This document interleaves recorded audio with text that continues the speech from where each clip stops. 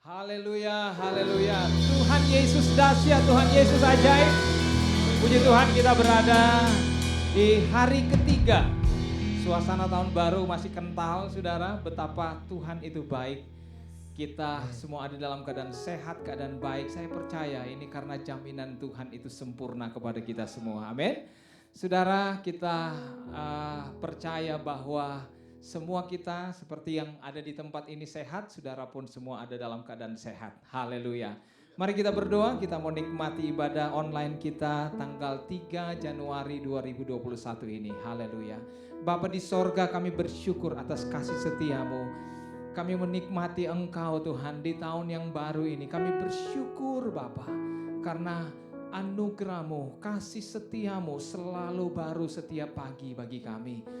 Hari ini kembali kami akan memuji menyembah Engkau secara online bersama-sama di hadirat Tuhan. Kami mau angkat pujian, hati kami memuji dan membesarkan Engkau. Dan kami percaya Bapa, ada berkat yang spesial bagi kami hari ini. Karena Engkau telah mempersiapkan kami semua Tuhan untuk selalu mendapatkan yang terbaik dari Engkau. Terima kasih Bapa, terima kasih.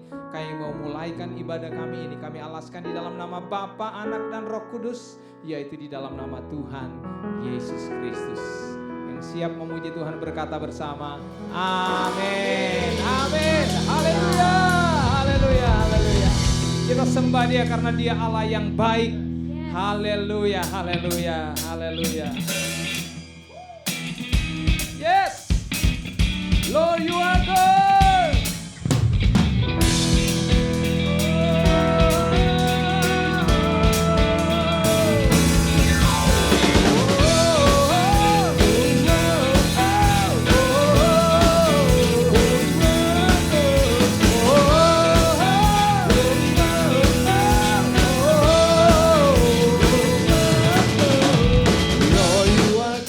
Your mercy endures forever.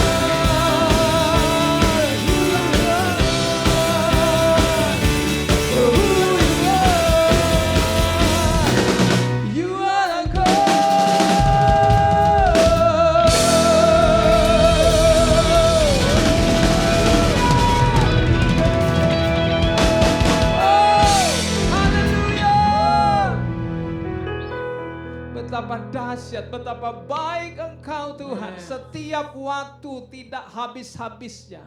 Kasih setiamu selalu baru bagi kami. Thank you Jesus, you are good all the time. All the time you are good. Terima kasih Bapa. Terima kasih Roh Kudus. Terima kasih Yesus. Engkau ajaib.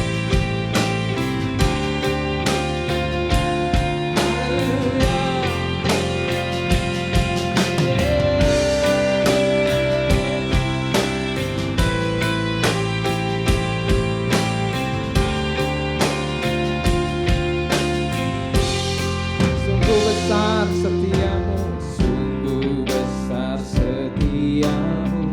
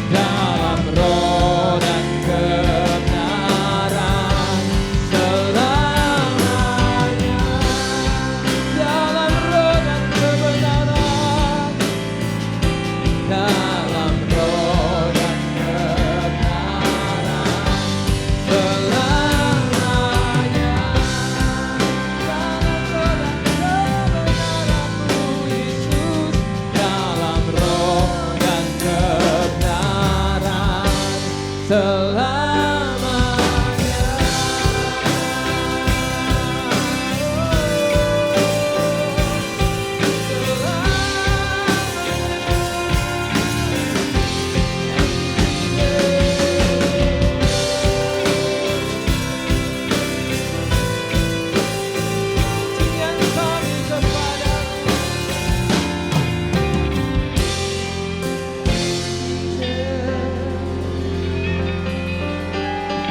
Haleluya, haleluya. Segala puji, hormat, kemuliaan, keagungan, kejayaan, kemasyuran hanya bagi Engkau Yesus Kristus Tuhan. Karena Engkau yang layak menerimanya. Kasih setiamu Tuhan selalu menjamin, menyertai kehidupan kami.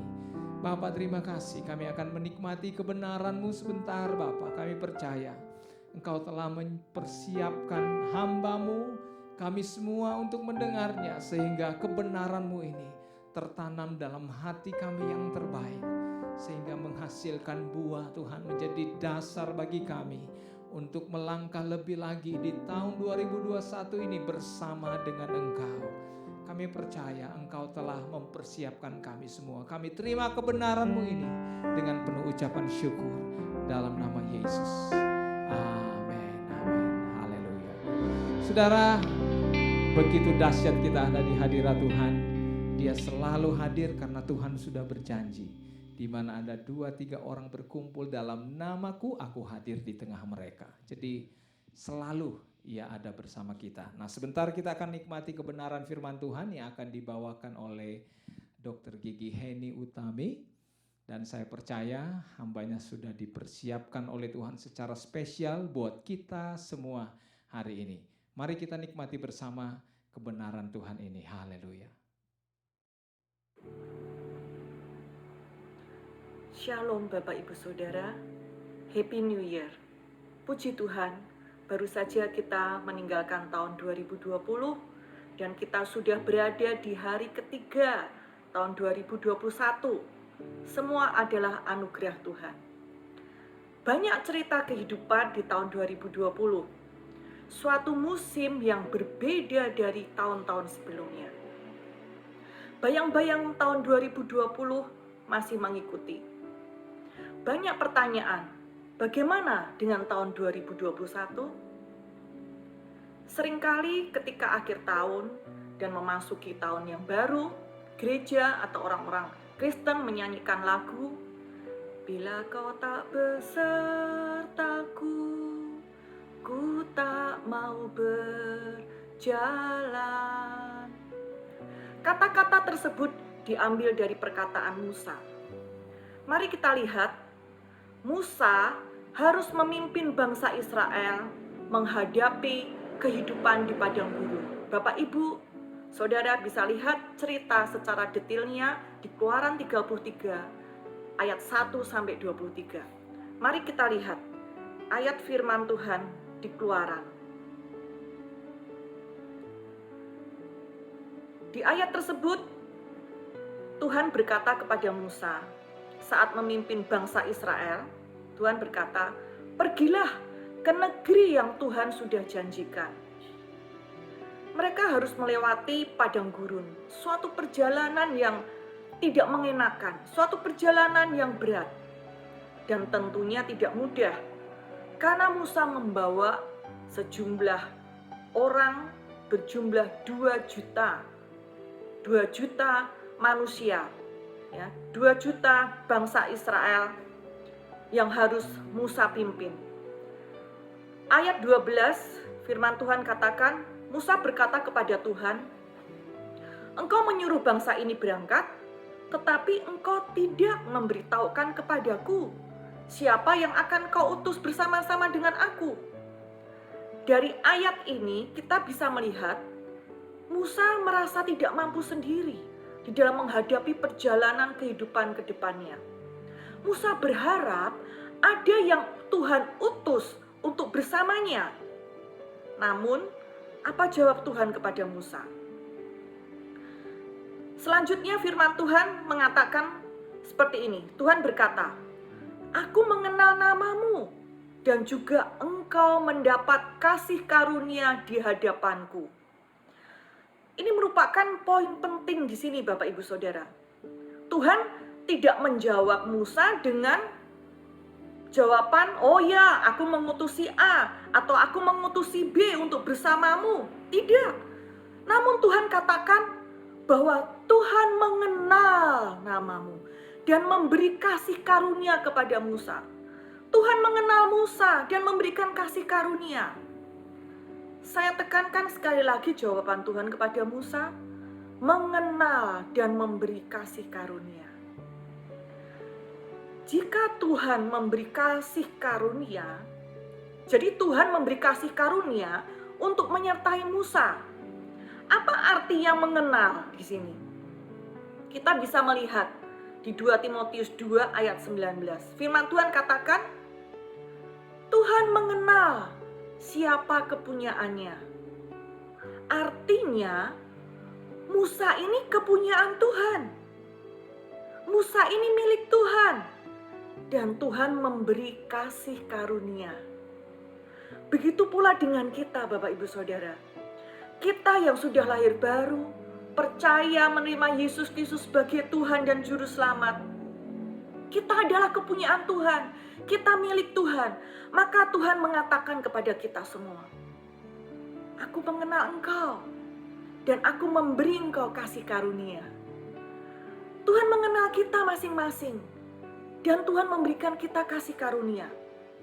Mari kita lihat selanjutnya tentang Musa.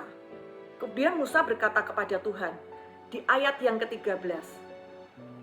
Sekarang, jika aku mendapat kasih karunia di hadapanmu, beritahu aku kiranya jalanmu, sehingga aku mengenal engkau, supaya aku tetap mendapat kasih karunia di hadapanmu. Ingatlah bahwa bangsa ini umatmu. Ayat sebelumnya tadi dikatakan bahwa Tuhan mengenal Musa. Tuhan mengatakan, aku mengenal engkau. Tapi di ayat ini Musa yang bertanya kembali. Musa menyatakan sesuatu kepada Tuhan bahwa aku mengenal engkau. Jadi di pihak Musa. Kalau tadi di pihak Tuhan, sekarang di pihak Musa. Bahwa Musa meminta Tuhan untuk memberi jalan, memberitahu jalannya bagaimana supaya Musa itu mengenal Tuhan. Nah, Musa mengerti dan menyadari betul yang Tuhan berikan, yaitu kasih karunia. Kasih karunia itulah yang dibutuhkan. Sehingga Musa tidak mau kehilangan kasih karunia itu. Sehingga Musa ingin agar kasih karunia itu tetap ada padanya. Sehingga Musa meminta kepada Tuhan, Tuhan, beritahu aku jalanmu atau caranya bagaimana Tuhan, supaya aku dapat mengenal Tuhan dan tetap mendapat kasih karunia tersebut. Dari ayat ini artinya ada hubungan yang erat antara mengenal Tuhan dan kasih karunia. Kita bisa melihat di 2 Petrus 1 ayat 2. Di 2 Petrus 1 ayat 2, firman Tuhan mengatakan, kasih karunia dan damai sejahtera melimpahi kamu oleh pengenalan akan Allah dan akan Yesus Tuhan kita.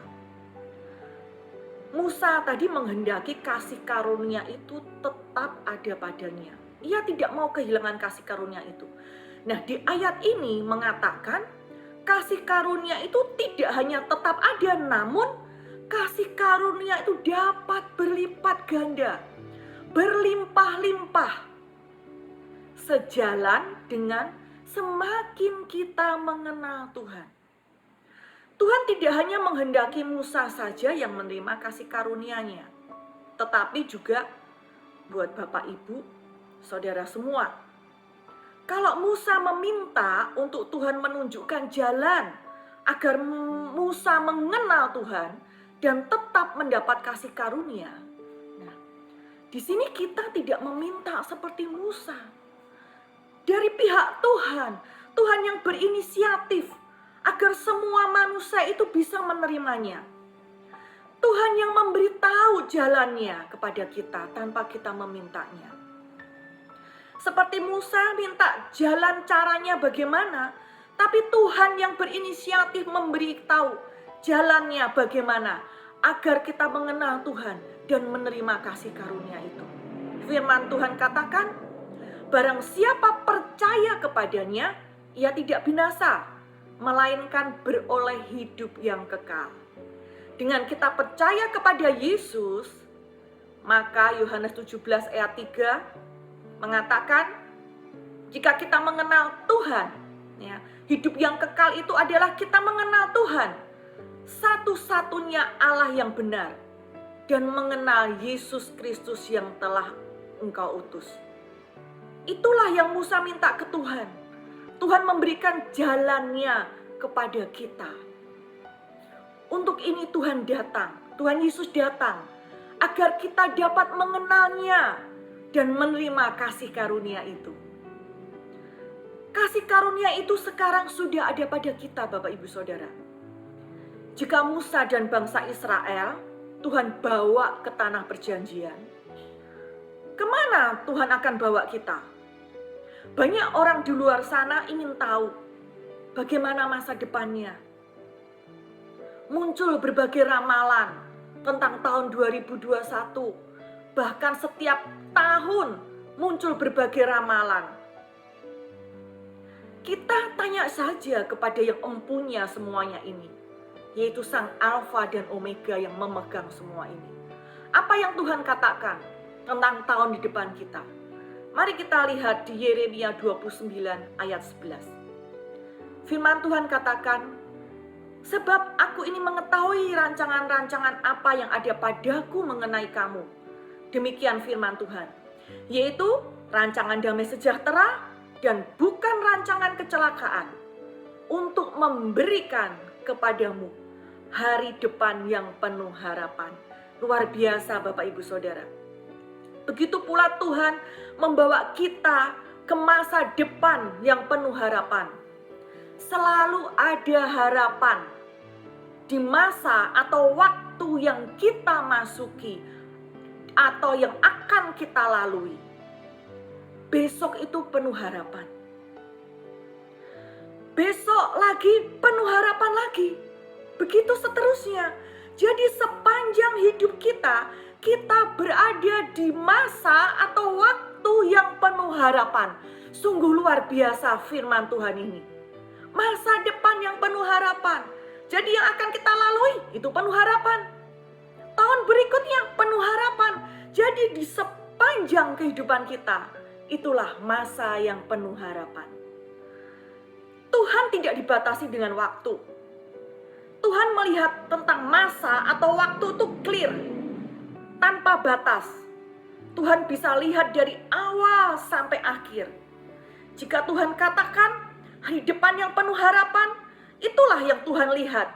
Itu masa depan kita. Karena kita berada di suatu masa yang penuh harapan. Status akan masa itu, akan waktu itu adalah penuh harapan. Sungguh luar biasa Bapak Ibu Saudara. Mari kita lihat selanjutnya.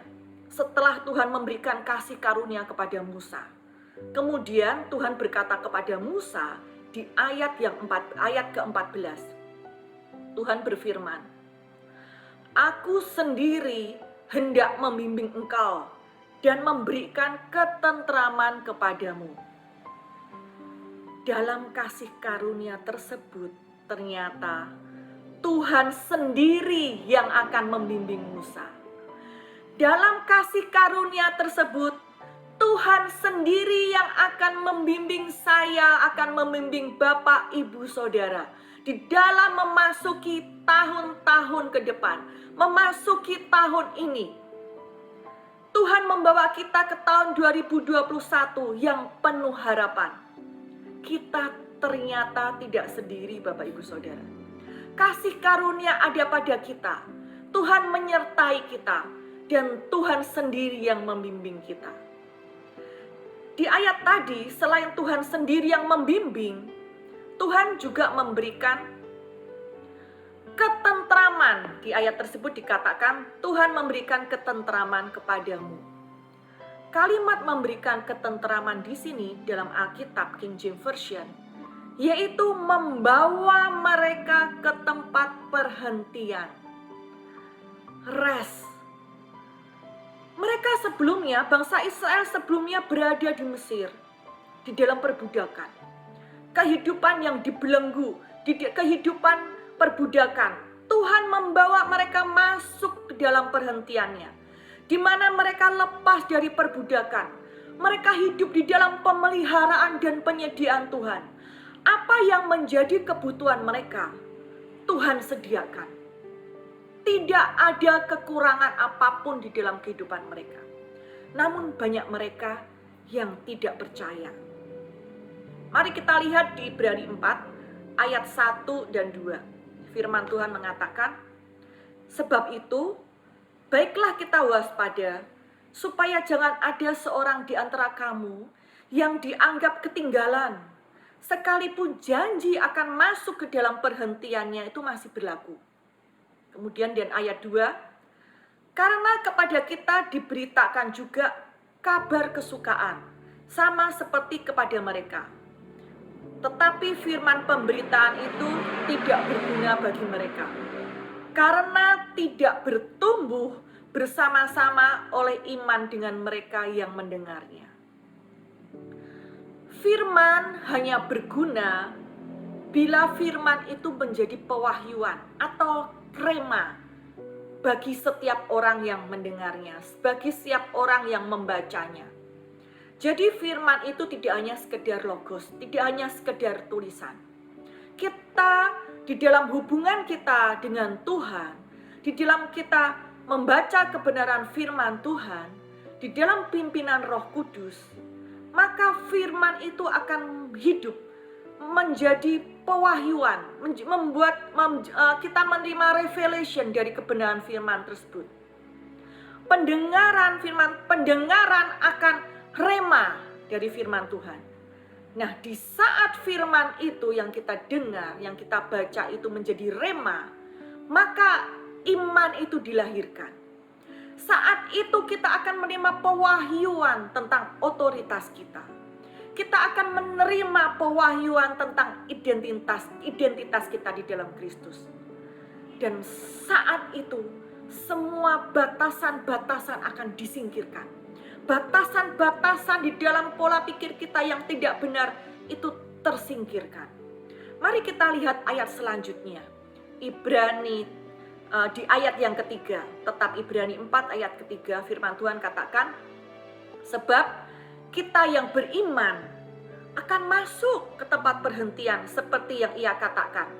Sehingga aku bersumpah dalam murkaku, mereka takkan masuk ke tempat perhentianku sekalipun pekerjaannya sudah selesai sejak dunia dijadikan.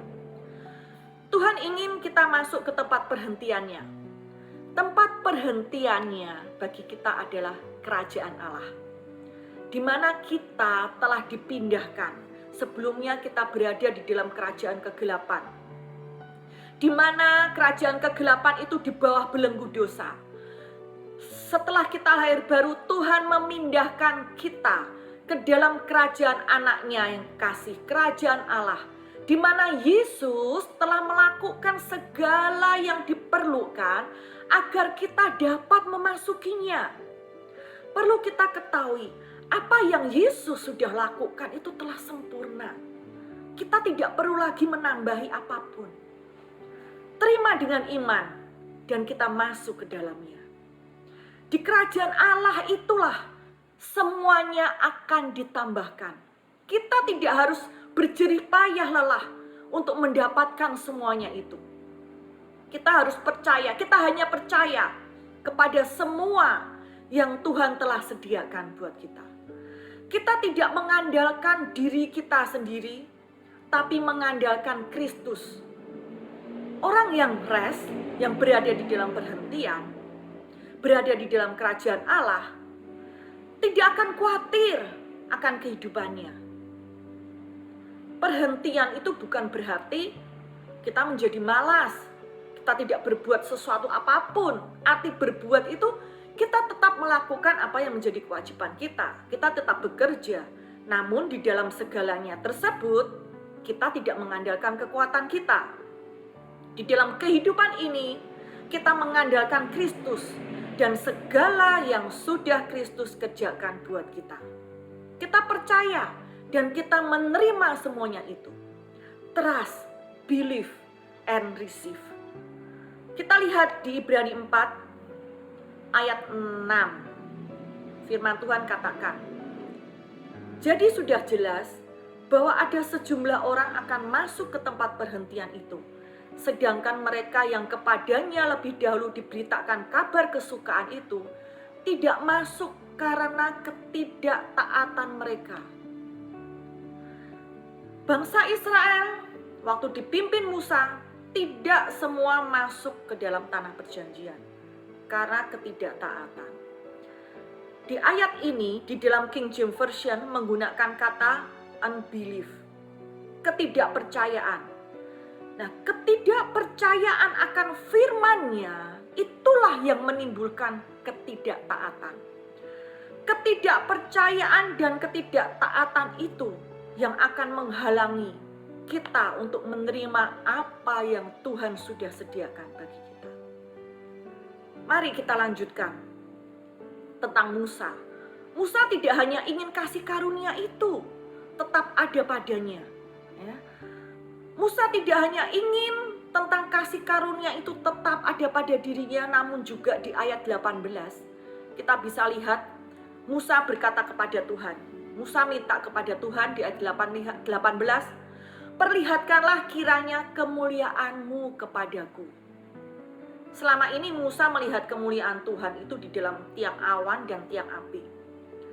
Musa ingin Tuhan memanifestasikan dirinya secara langsung. Tapi Tuhan berkata, engkau tidak tahan memandang wajahku. Sebab tidak ada orang yang memandang aku dapat hidup. Itu kata Tuhan. Tuhan menyuruh Musa berdiri di atas gunung batu. Di ayat 22, apabila kemuliaan Tuhan lewat, maka Tuhan menempatkan Musa dalam lekuk gunung itu. Dan Tuhan menudungi Musa dengan tangan Tuhan sampai Tuhan berjalan lewat. Kemudian ayat 23, kemudian Tuhan menarik tangan Tuhan dan Musa akan melihat belakangnya Tuhan, tetapi wajah Tuhan tidak akan kelihatan. Itulah Tuhan memanifestasikan dirinya kepada Musa. Bapak, Ibu, Saudara, tidak hanya kepada Musa saja Tuhan memanifestasikan dirinya. Setelah itu Tuhan memanifestasikan dirinya di dalam tubuh manusia, yaitu di dalam Yesus Kristus. Tuhan memanifestasikan kepada manusia di muka bumi ini, yaitu di dalam tubuh manusia, yaitu Yesus Kristus. Di Kolose 1 ayat 27, saya akan bacakan versi bahasa Indonesia sehari-hari. Di situ firman Tuhan katakan, kepada umatnya itu Tuhan Allah mau menyatakan betapa baiknya dan agungnya rahasianya itu untuk seluruh umat manusia. Rahasia itu ialah Kristus ada di dalam dirimu, yang berarti kalian akan turut menikmati kebesaran atau kemuliaan Allah. Wow, luar biasa Bapak, Ibu, Saudara. Setelah kebangkitan Yesus, Tuhan memanifestasikan dirinya melalui kita. Jika Musa dan bangsa Israel, Tuhan menyertai mereka dalam tiang awan dan tiang api, berarti keberadaan penyertaan Tuhan itu di luar diri mereka. Namun kita sekarang ini, Tuhan menyertai kita karena Tuhan ada di dalam saya. Tuhan ada di dalam Bapak, Ibu, Saudara. Pencipta itu ada di dalam kita. Ini suatu yang luar biasa, Bapak, Ibu, Saudara. Rahasia itu Tuhan beritakan kepada kita. Kita tidak memperkatakan seperti apa yang Musa katakan. Jika engkau Tuhan tidak bersertaku, aku tidak mau berjalan. Karena kita tahu dengan pasti bahwa Tuhan itu pasti beserta dengan kita. Karena Ia ada di dalam setiap kita yang sudah percaya kepada Yesus. Kristus ada di dalam saya, ada di dalam Bapak Ibu Saudara. Kita memiliki semua karakteristik dan jati diri Allah di dalam diri kita. Hal itu yang mengubah bagaimana kita menjalani kehidupan kita. Itu yang Yesus telah lakukan bagi kita. Apa yang Bapak Ibu Saudara butuhkan? Christ is enough. Kristus ada di dalam kita. Kita tidak lagi diperbudak oleh rasa takut akan masa depan. Ada damai sejahtera, sukacita di dalam hidup kita. Karena Yesus ada di dalam kita.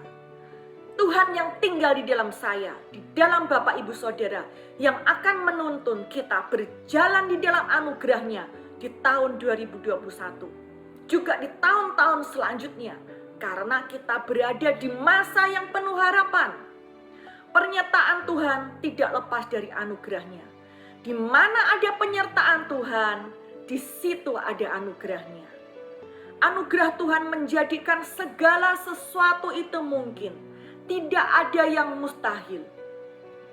Di mana kita berjalan dalam kehendak Tuhan, di situ pasti ada anugerah Tuhan.